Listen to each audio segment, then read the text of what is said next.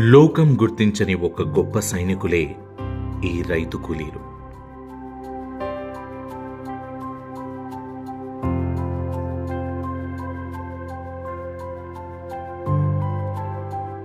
నీరు, ఎరువులు మాత్రమే కాదు, ఈ తల్లుల చెమటలు కూడా పంటలకు ప్రాణం పోస్తాయి.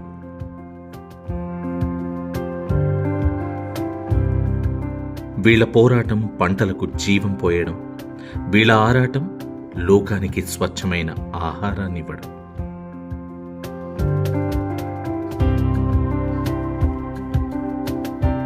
వ్యవసాయంలో వివిధ రంగాలు ఉన్నప్పటికీ, వివిధ రంగాల్లో వివిధ రకాల పనులున్నప్పటికీ, పంట మొదలైనప్పటి నుండి అది చేతికి వచ్చేంత వరకు పంటలను పసిబిడ్డల్లా కాపాడేది మాత్రం ఈ తల్లులే.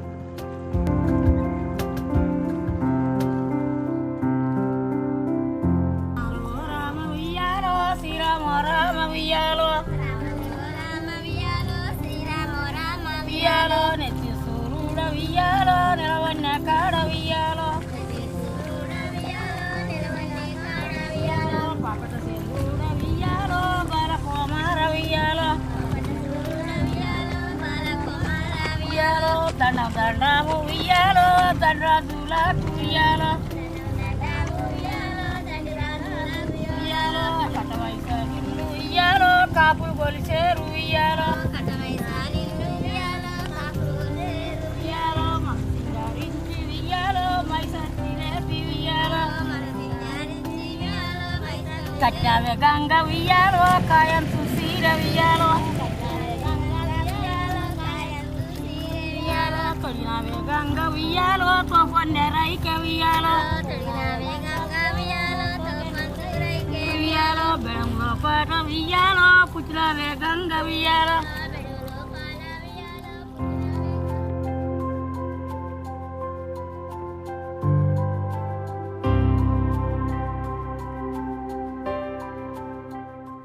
గత 45 సంవత్సరాల కానించి ఇదే పని చేస్తాను మేము. ఈ పని తప్ప మాకు ఏ పని రాదు. మేము చదువుకునేది కాబట్టి ఇదే పని చేస్తాను. గత 45 సంవత్సరాల కాంచి ఎన్నో మారినాయి, కానీ మేము ఇక్కడే ఉండిపోయినాం. సంవత్సరం పొడవునా వ్యవసాయ పనులు మాత్రమే చేస్తూ ఆదాయాన్ని ఆర్జించేవారే ఈ రైతు కూలీలు.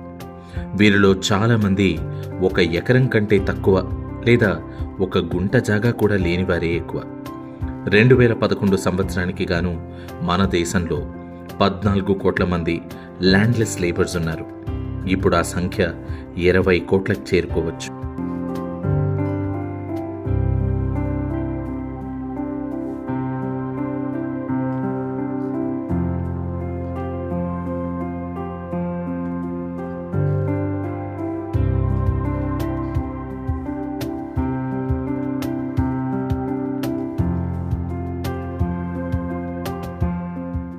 నాటేసేటప్పుడైనా, పొలం కలిసేటప్పుడైనా పొద్దున్న నుండి సాయంత్రం వరకు మేము బురదలనే ఉంటాం.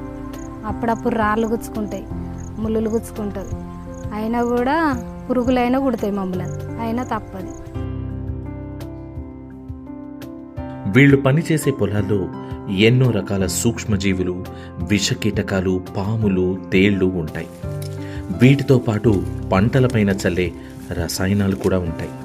వీటన్నిటి నుండి వీళ్ళని రక్షించడానికి వీళ్ళకి ఎలాంటి రక్షణ కవచాలు ఉండవు. వీళ్ళ శరీరానికి అంటుకున్న సూక్ష్మజీవులని, రసాయనాలని శుభ్రం చేయడానికి వీళ్లకు సోప్ కానీ, హ్యాండ్ వాష్ కానీ ఏమీ ఉండవు. పంపు నీరు, కాలువలో ఉండే బురద నీరే వీళ్లకున్న ఏకైక మార్గం.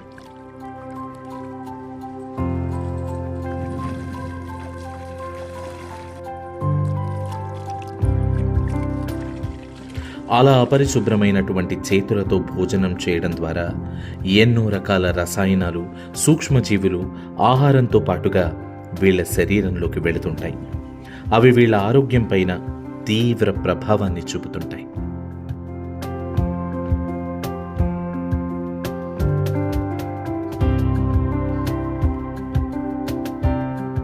రకరకాల సన్న బియ్యం వీళ్ల చేతిలో మీదుగా పండినప్పటికీ వీళ్ల కడుపు నింపేది మాత్రం ప్రభుత్వం రేషన్ షాపుల్లో ఇచ్చే దొడ్డు రకం బియ్యం మాత్రమే.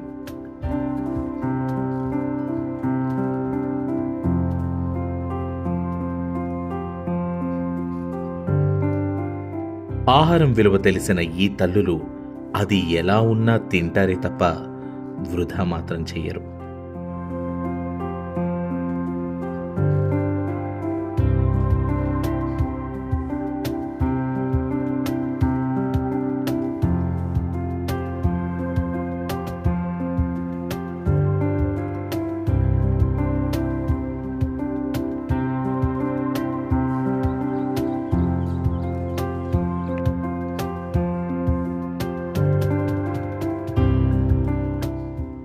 ఈ రోజుతోని పని అయితే అయిపోయింది. ఈ పైసలు రేపు వేయచ్చు, ఎల్లుండి వేయచ్చు, వారానికి వేయచ్చు, ఇంకా నెల అయినా పట్టవచ్చు. ఆ సాయం పైసలు ఇచ్చేదాకా ఎదురు చూస్తాం.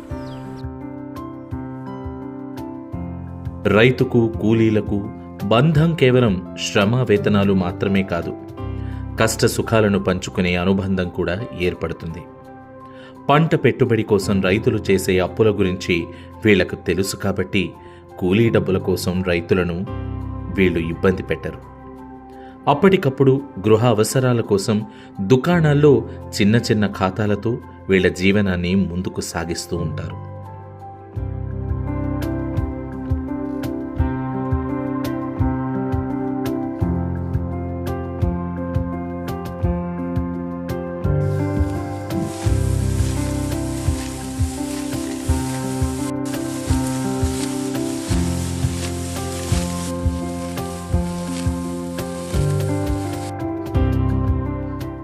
పనిముట్లతో పని చేస్తున్నప్పుడు చేతులకి కాళ్ళకి గాయాలు తగలడం సహజం. అసలైన గాయాలు ఏంటంటే ఆ గాయాలు తగిలినప్పుడయ్యే హాస్పిటల్ ఖర్చులు, ఆ గాయాలు మానడానికి పట్టే సమయం. అది 2 రోజులు కావచ్చు, 2 వారాలు కావచ్చు. అప్పటి వరకు ఖాళీగా ఉండడం. బాధాకరమైన విషయం ఏంటంటే వీళ్ళ ఆర్థిక గాయాలు వీళ్ళ శరీర గాయాలని వీలైనంత త్వరగా మానిపించేస్తాయి.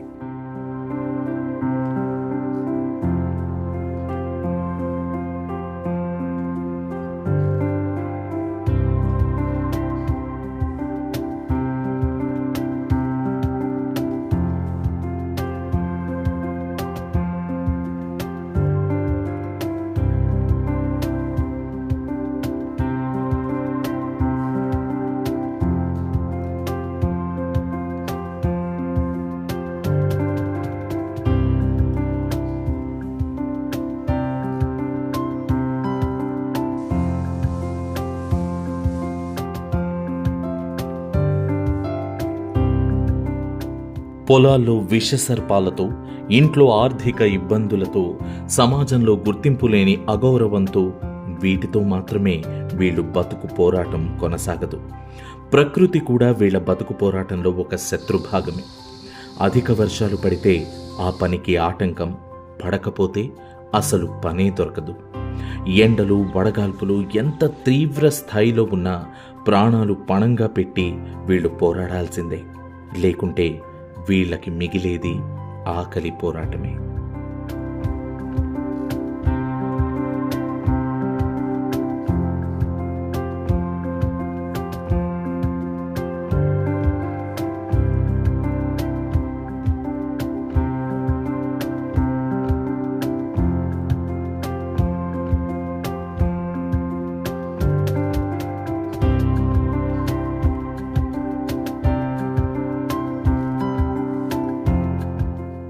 వరిగోసుడు, మెదగట్టుడు, గడ్డి తీసుడు, పొద్దు కట్టుడు.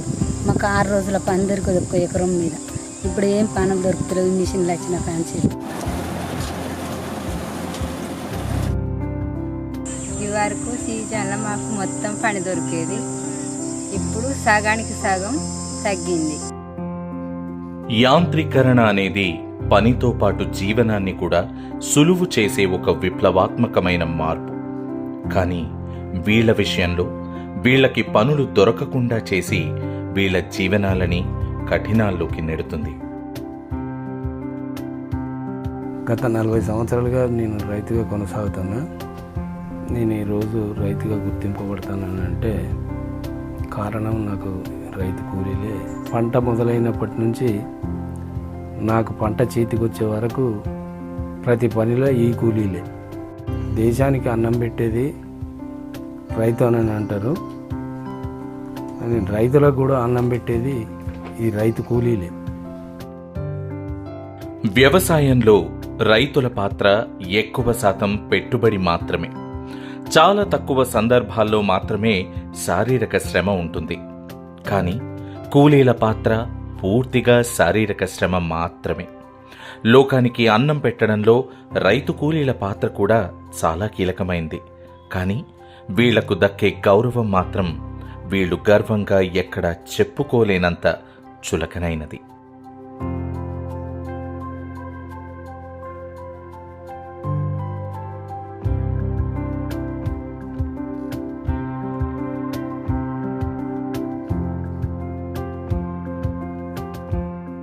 ఈయన చచ్చిపోయిన సంవత్సరాలు అవుతుంది. 3 వద్దులకు 5 వద్దులకు దినాలకు కార్యక్రమానికి అప్పు తెచ్చినాయి. కూలి పని చేసుకుంటా ఇంట్లో తీసుకుంటా నా అప్పు తీరక ముందే నా పెద్ద బిడ్డ పెళ్ళికి ఎదిగింది. పెద్ద బిడ్డ పెళ్ళికి పైసలు లేక అప్పు చేసిన. అప్పు తీరక ముందుకే మళ్ళీ నా చిన్న బిడ్డ పెళ్ళికి ఎదిగింది. అప్పులు తీరవలేక నా ఒక్కగానొక్క కొడుకును కూడా నేను చదివేయకుండా పోతానా. నా కొడుకు కూడా పనికే పోతాండు. పుట్టుకతో వారసత్వంగా వీళ్లకు వచ్చే ఆస్తులు అప్పులు. వీళ్ల జీవన చక్రంలో వీళ్ళకి తోడుండేది అప్పులు. ఆఖరికి వీళ్ల భవిష్యత్ తరాలకి అందించే ఆస్తులు కూడా అప్పులు మాత్రమే. పని చేస్తున్నంతసేపు పొలాల్లో సంతోషాలు పంచుకోవడం, పని లేకుంటే అరుగులపైన బాధలు పంచుకోవడం, ఇది మాత్రమే వీళ్లకు తెలిసింది. ఎంత కష్టం వచ్చినా ఊరిని మట్టిని వదలని పరిస్థితి కొందరిదైతే, భరించలేని కష్టాలకు తలవంచి ఇళ్లకు తాళాలు వేసి ఆత్మగౌరవాన్ని చంపుకుంటూ పట్టణాల్లో పని మనుషులుగా జీవనాన్ని కొనసాగించే పరిస్థితి ఇంకొందరిది.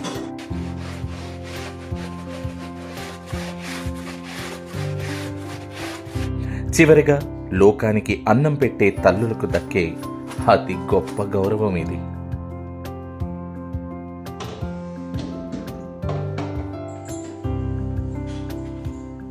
యాంత్రీకరణతో కూడిన వ్యవసాయం ఉత్పత్తులను మాత్రమే ఇవ్వగలదు, కానీ స్వచ్ఛతను ఎప్పటికీ ఇవ్వలేదు. ఈ వలసవాదం ఇలాగే కొనసాగితే కూలీల మీదనే ఆధారపడ్డ రైతులకైనా, రైతుల మీదనే ఆధారపడ్డ దేశానికైనా ఆకలి తిప్పలు తప్పవు.